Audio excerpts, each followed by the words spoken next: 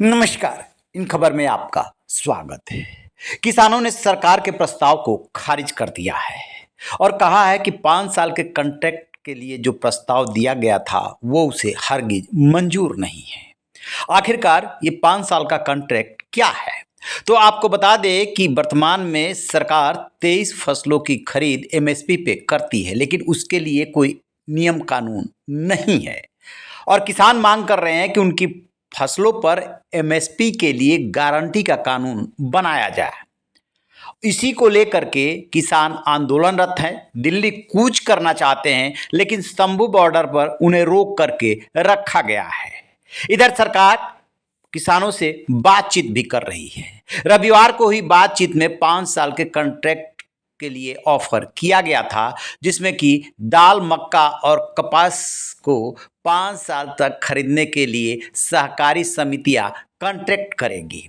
किसानों ने कहा था कि 2 दिन तक बातचीत करके वे फैसला लेंगे, लेकिन अब खबर आ रही है कि संयुक्त किसान मोर्चा ने सरकार के इस प्रस्ताव को खारिज कर दिया है और चढ़ूनी ने तो यहां तक कह दिया है कि तत्काल फैसला ले, देर होने पर बहुत भीषण जंग होगी, यानी कि आंदोलन बड़ा होगा।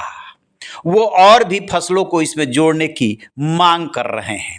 दरअसल सरकार की रणनीति ये है कि मक्के जैसी चीज की खरीद करके और एथेनॉल में उसका इस्तेमाल किया जाए, इसके लिए सहकारी समितियों को आगे करने का प्रस्ताव रखा, लेकिन किसान ऐसा नहीं चाहते, क्योंकि उनके यहाँ यानी कि जहाँ पंजाब के किसान जो आंदोलन में शामिल हैं, वहाँ पर कितनी खेती होती है। रही बात कि कितने पर 50%, यानी कि A2 प्लस 50%, A2FL प्लस 50% या C2 प्लस 50%, ये 3 फार्मूले हैं स्वामीनाथन कमीशन के। तो किसानों की मांग है कि C2 प्लस 50% मिलना चाहिए, यानी कि इसके आधार पर एमएसपी तय होनी चाहिए। C2 में जहां एक तरफ कुल लागत, मेहनत, ब्याज और जमीन के लिए यदि कुछ और लीज रेंट देना होता है वो भी शामिल है, प्लस 50%। किसान इसकी मांग कर रहे हैं।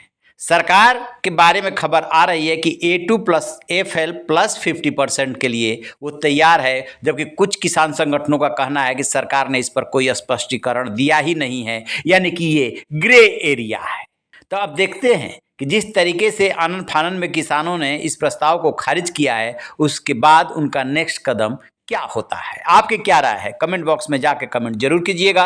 रहिए बेखबर, देखते रहिए इन खबर। Thank you.